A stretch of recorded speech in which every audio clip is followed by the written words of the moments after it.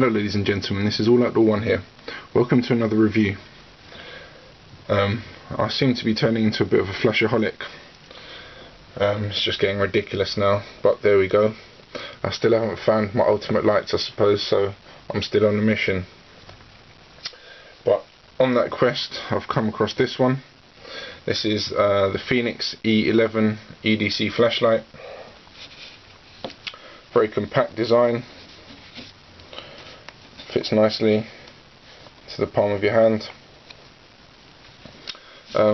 Basically I was looking for a good kind of outdoorsy light with a decent beam throw on there, but also which was relatively compact and lightweight, because I'm trying to kind of minimize all my gear at the moment and make everything as light as possible, just because it makes moving around a lot easier. Now this runs on one AA battery.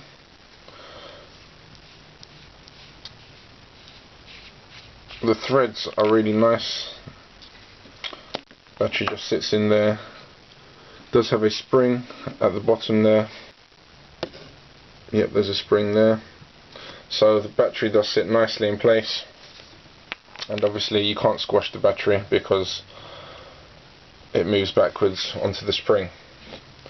It does have, let me just get a zoom in here.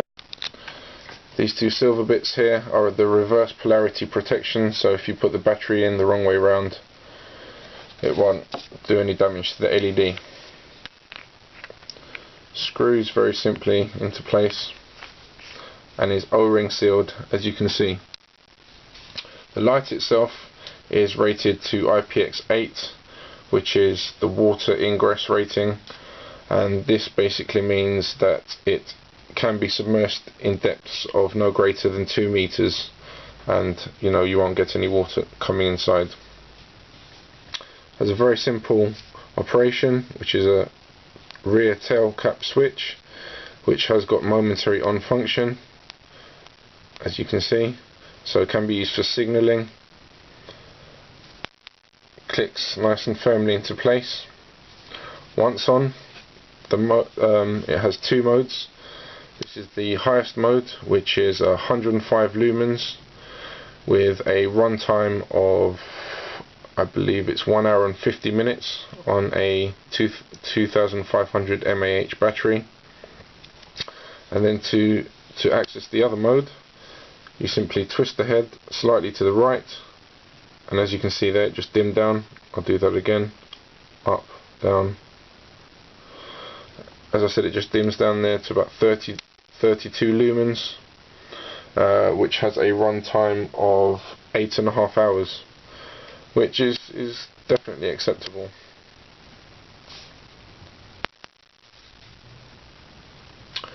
On high, I've tested this out in the woods at night the other day, and it has pretty good beam throw. It has up to about 50 meters. You can pick out pretty much clear details, and beyond that, it kind of illuminates things up to about 70 meters, which the manufacturer actually specifies 72 meters, but anything up to 50 meters you're seeing clearly.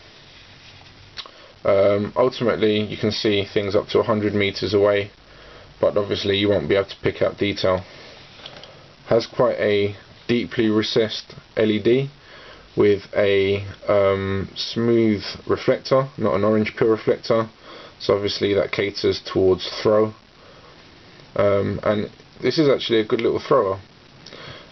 Equally, it has a nice balance between throw and flood, because as a floodlight, you don't have too much of a hotspot which can blind you at close distances. Obviously, as with the majority of Fenix lights, it's impact tested to drops of 1 meter onto hard floor. The build quality, in my experience, of the majority of the Fenix range is pretty much top. It's made from type 3 hard anodized aluminium. Easy one-hand operation. It's not a problem to access the modes with one hand. Just give you a little beam shot here. That's the low, and then the high Obviously this camera isn't going to do it justice, but just to give you an idea.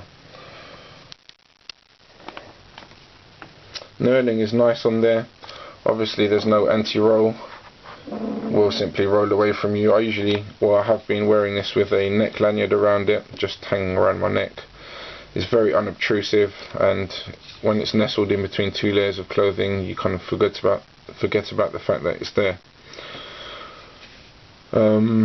Although the manufacturer specifies that you shouldn't use 14500 lithium batteries in there, I did see on an online forum somewhere, I think it was CPF, that someone tried using a 14500 battery in there for about 5 minutes on high, and the unit got very hot, so sneakily I thought I'd give it a go myself, and I have to say that, yeah, it definitely boosts up the output considerably, giving you probably a 100-meter throw.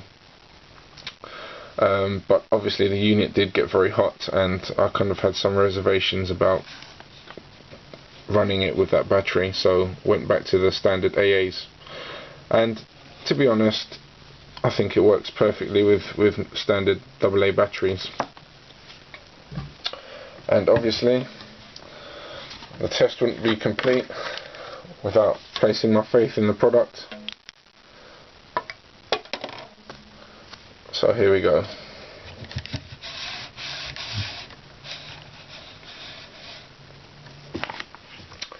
I think that's just fine. Right, so that's the Fenix E11 review.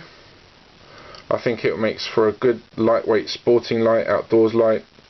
It's not quite powerful enough to be a hunting light unless you're doing something fairly close range, maybe shotguns.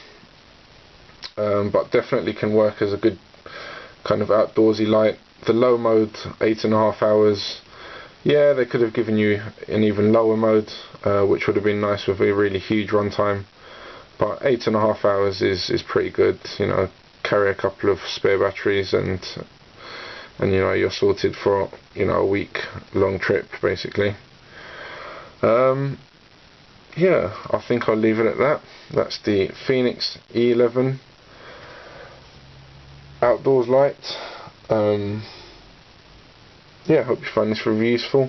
This is Alloutdoor1 signing out for now. You guys take care.